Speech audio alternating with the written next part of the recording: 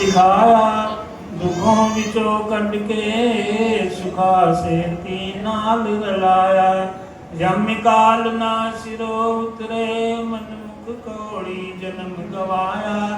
चरण पड़े लाला सिंधे सत सबद दे मुकुट कराया। प्रेम भगत गुरु पूज के निराकार का ध्यान दृढ़ाया।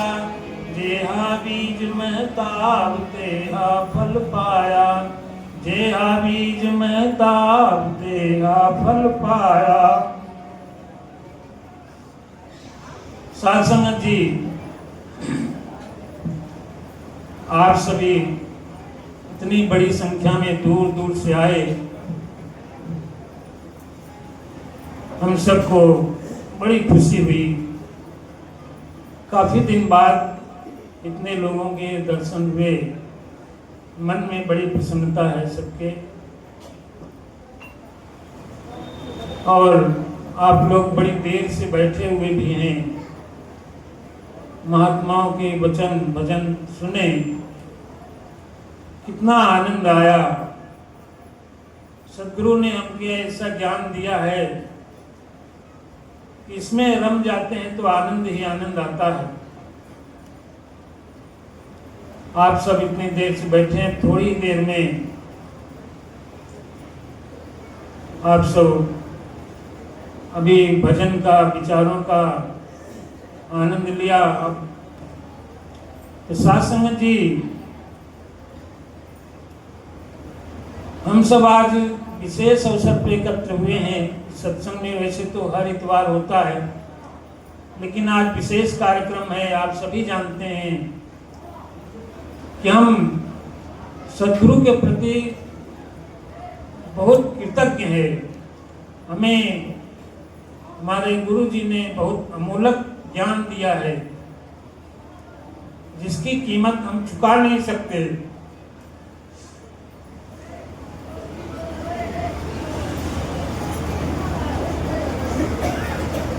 और इसका रिजल्ट क्या होता है कि हमारे जीवन में खुशी भर जाती है, हमको जीवन में संपन्न हो जाते हैं, किसी चीज की कमी नहीं रह जाती। ऐसा इसका प्रभाव है। और हमें, जैसा कि महात्मा लोग बताते हैं, 84 लाख योनियों में ये जीव भ्रमता है, घूमता है, बार बार जन्म मरण होता है, तो उन सबसे छुटकारा मिल जाता है और हम अपने स्वरूप में स्थित हो जाते हैं।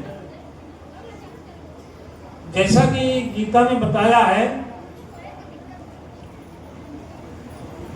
कि अर्जुन को बता रहे हैं कृष्ण जी कि हे अर्जुन, तुम हमें इन आंखों से नहीं देख सकते। ये जो हमारी आंखें बनी हैं शरीर में, इनसे हम इस निराकार को, इस भगवान को नहीं देख सकते। इसको देखने के लिए हम तुम्हें ज्ञान चक्षु देंगे, ज्ञान नेत्र देंगे। उसकी उजाले में, उसके प्रकाश में इस निराकार को तुम देख सकते हो, इसमें प्रवेश कर सकते हो और इसमें स्थित हो सकते हो। अब बताइए, इस अपने स्वरूप में, इस निराकार में प्रवेश कर सकते हैं, भगवान में। हम सब भगवान को क्या समझते हैं, क्या हमारी धारणा है, क्या कल्पना बनाए हैं? अगर उनमें प्रवेश करने के लिए कहें तो बड़ा आश्चर्य की बात साधारण व्यक्ति मानेगा। भगवान के अंदर प्रवेश करेंगे, लेकिन जरूरी है, जब तक प्रवेश नहीं करेंगे इसमें, तब तक इसमें स्थित नहीं होंगे। और जब तक इसमें स्थित नहीं होंगे, तब तक हमारे जीवन का उद्देश्य पूरा नहीं होता, तब तक हमारे जीवन का कल्याण नहीं होता, हमें मुक्ति नहीं मिलेगी। तो इसमें हम प्रवेश कर ले लेते हैं और इसमें स्थित हो जाते हैं। माने प्रवेश माने इसी में विलय। जैसे समुद्र की लहर है, तो अब सब संसार समुद्र की लहरों की तरह है। समुद्र और लहर में कोई अंतर नहीं है। समुद्र भी पानी है और लहर भी पानी है, केवल उस सतह से थोड़ा ऊपर उठ गया है, वही लहर बन गया। तो वो लहर जो है उसी समुद्र में प्रवेश कर जाती है, उसी में लय हो जाती है। इसी तरह से हमको भी होना है, इसमें लय हो जाए, इसमें स्थित हो जाए। वह लहर जो है समुद्र में ही स्थित हो जाती है, इस तरह से। तो ये जो है हमको ज्ञान कहाँ से मिलता है, ये स्थिति कहाँ से मिलती है? सद्गुरु से मिलती है। सद्गुरु की बड़ी महिमा है, इसीलिए हम सब आज मिल करके इस सद्गुरु का धन्यवाद कर रहे हैं, कृतज्ञता प्रकट कर रहे हैं। ये सद्गुरु हमें आपने ऐसी अमूल्य चीज दे दिया है। और गुरु की पूजा और क्या हो सकती है? गुरु की पूजा साधारण लोग तो माला फूल चढ़ाएं, उनको चरण दबाएं, उनको जो है जल चढ़ाएं, लड्डू खिलाएं, सब समझते हैं, तो वो मूर्ति में जैसा करते हैं। लेकिन यहाँ पर गुरु की पूजा केवल यही है, कृतज्ञता उनके प्रति, हम उनका धन्यवाद करते हैं कि ऐसा ज्ञान हमको दिया। सद्गुरु की महिमा बहुत बड़ी है, कोई बखान नहीं कर सकता। सद्गुरु किस रूप में हम समझते हैं? सद्गुरु ज्ञान है, ज्ञान। एक तो सद्गुरु का घट है, शरीर है, जैसा बाबा जी हमारे थे, बाबा शिवमंगल जी, कितने लोगों का कल्याण किया गुरु रूप में, तो वो उनका साकार रूप था, साकार में थे, वो तो गुरु है, ठीक है। लेकिन तो आज उनका शरीर नहीं है, तो हमारा गुरु कौन है? ये ज्ञान हमारा गुरु है, जो उन्होंने ज्ञान दिया वही ज्ञान गुरु है। ज्ञान जो है हमें बता रहा है कि हम क्या करना है, क्या नहीं करना है, किस रास्ते से हम जाएं, क्या व्यवहार करें, वो ज्ञान हमको बता रहा है। बाबा जी जब तक थे, मुंह से, वाणी से बताते थे, हाथ के इशारों से बताते थे। लेकिन आज हाथ का इशारा नहीं, उनकी वाणी नहीं, लेकिन उनका ज्ञान जो दिया हुआ है वो हमें रास्ता दिखा रहा है, बता रहा है। उस ज्ञान के प्रकाश में हम चल रहे हैं। तो सतगुरु की महिमा अनंत, सतगुरु की महिमा अनंत है, कोई बखान नहीं कर सकता इस ज्ञान में। अनंत किया उपकार, अनंत उपकार किया है। बड़े ध्यान से अगर देखें तो हम गिन नहीं सकते हमारे कितने उपकार किया है। अनंत किया उपकार, लोचन अनंत उघाड़िया। लोचन में नेत्र, अनंत नेत्र खोल दिया। लोचन अनंत, अनंत नेत्र खोल दिया, इसका क्या मतलब हुआ? मैंने इसमें इतना हमें ज्ञान प्रकाश दे दिया कि उसका वारा पार नहीं, इतना प्रकाश है इसका ज्ञान का। उजाला, उजाला का मतलब आप क्या समझते हैं? जैसे सूर्य उगा है, इसका उजाला नहीं है। उस ज्ञान के माध्यम से हमें सूझता है, सब कुछ मालूम पड़ता है, बुद्धि प्रखर हो जाती है, हर चीज की अच्छाई बुराई समझ में आने लगती है, कमी समझ में आने लगती है। ये प्रकाश है। क्या हमें करना चाहिए, क्या नहीं करना चाहिए, भगवान कौन है, कहाँ है, कैसा है, हमारा स्वरूप क्या है, भगवान कौन है, तो ये सब चीज समझ में आने लगता है, हमें मालूम हो जाता है। ये प्रकाश है। तो इस ज्ञान के प्रकाश से हमारा जीवन आलोकित हो जाता है। तो लोचन अनंत उगाड़िया, अनंत दिखावनहार, इस अनंत को दिखा दिया, यानी इस निराकार को दिखा दिया जिसका आदि अंत नहीं है। ये निराकार कहाँ से शुरू हो रहा है और कहाँ खत्म हो रहा है, इसका कुछ पता नहीं। इतना विशाल है, इतना बड़ा है, इसी में पूरी सृष्टि समाई हुई है और सारी सृष्टि में ये समाया हुआ है। कण कण में, रग रग में घुसा हुआ है, विद्यमान है, ये निराकार। तो ये अनंत है, इसको दिखाने वाला सदगुरु है। इसलिए कहते हैं कि सदगुरु की महिमा अनंत है, कोई बखान नहीं कर सकता। तो शासन जी थोड़ा देखिए, बाबा जी भी अपने क्या लिखते हैं। बता रहे हैं कि जिन महापुरुषों ने किसी ब्रह्मज्ञानी गुरु को धारण कर लिया है और निराकार प्रभु को देखा है और ज्ञान लिया है, वही लोग जीवन मुक्त हुए हैं।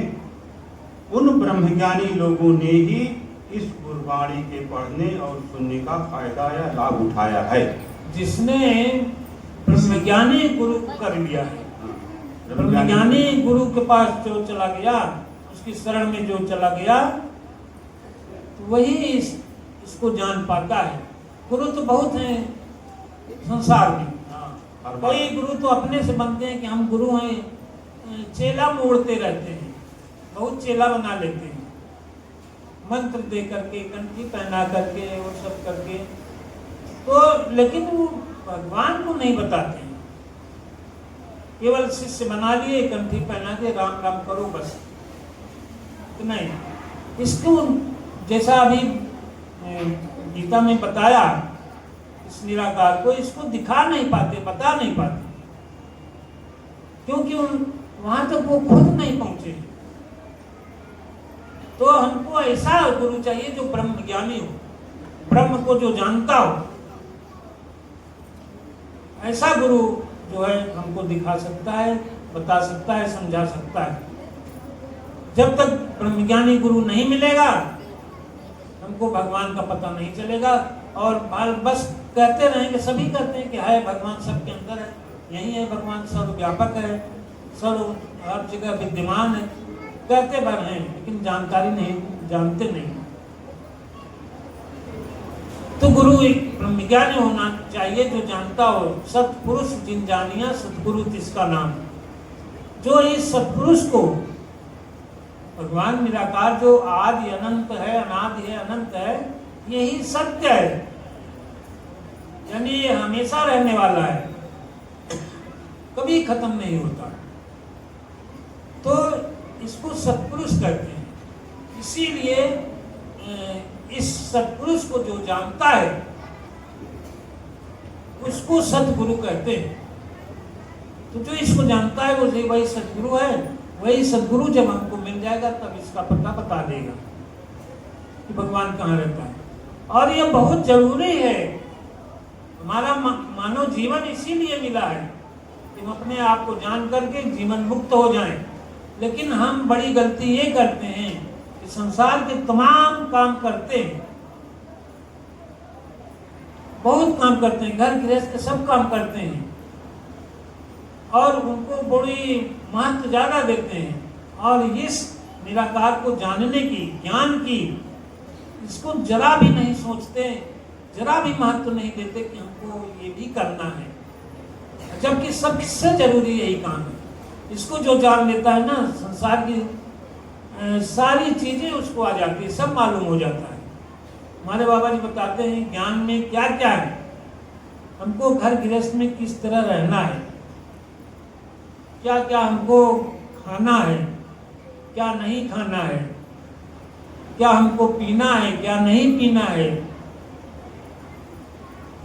घर के सदस्यों के साथ, परिवार में किसके साथ क्या व्यवहार करना है, ये सब चीज इस ज्ञान के अंदर आता है। सारी चीज मालूम होता है।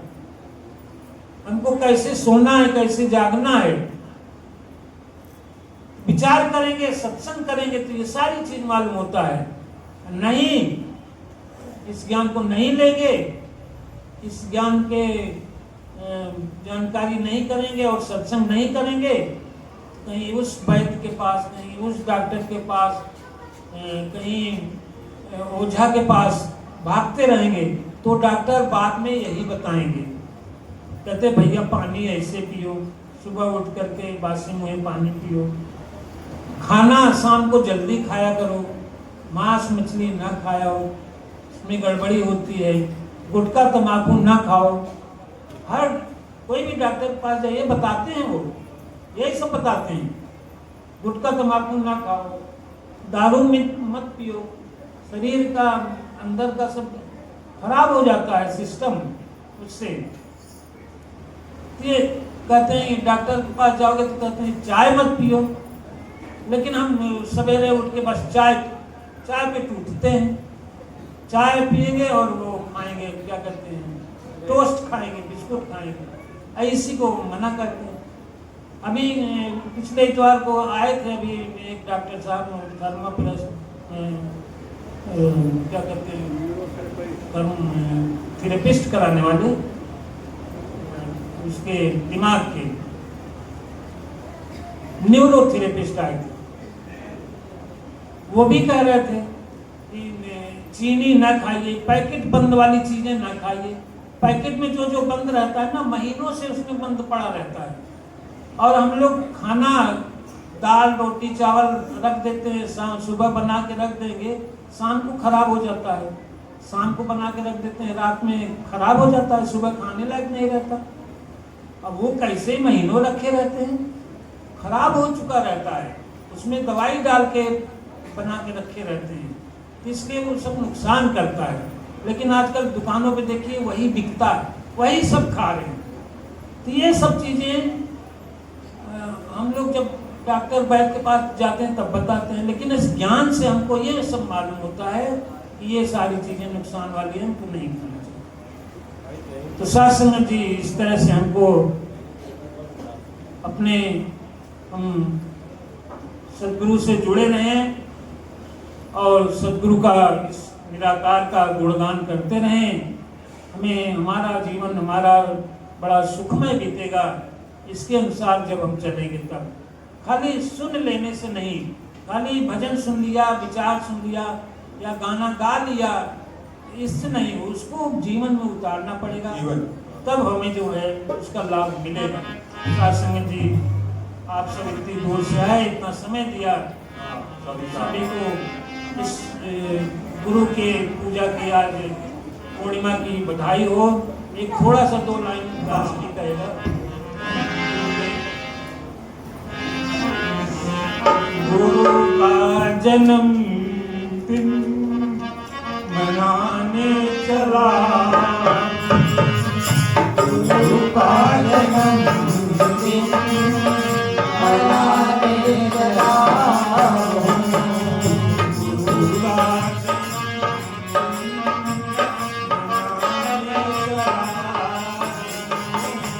गुरु का जन्मदिन मनाने चला,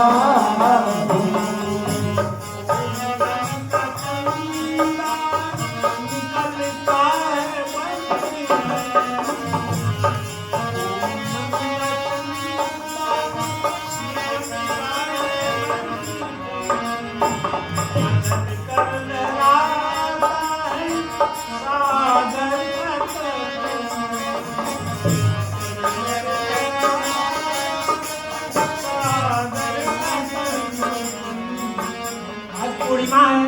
पूनम किसको कहते हैं? पूनम माने पूर्णिमा को कहा जाता है। तो आज का चंद्रमा जो है पूरा रहता है, पूर्णिमा के दिन चंद्रमा पूरा रहता है। उस पूरे चंद्रमा को देख करके समुद्र जो है उसमें ज्वार आता है, उमड़ता है उसकी तरफ। समुद्र में ज्वार भाटा आता है कि नहीं, आप लोग जानते होंगे। तो पूर्णिमा के दिन ज्वार आता है, बहुत तेज उछलता है उसको छूने के लिए।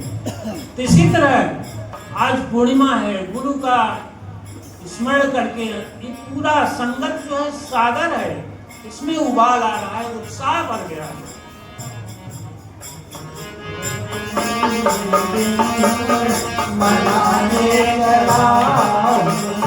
संगत के सागर में चंदा विराजे,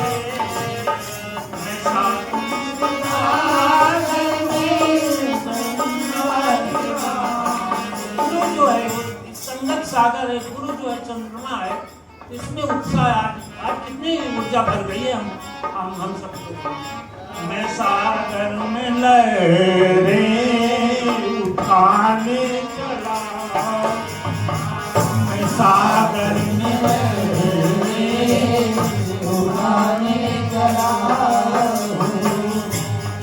गुरु का जन्मदिन मनाने चला,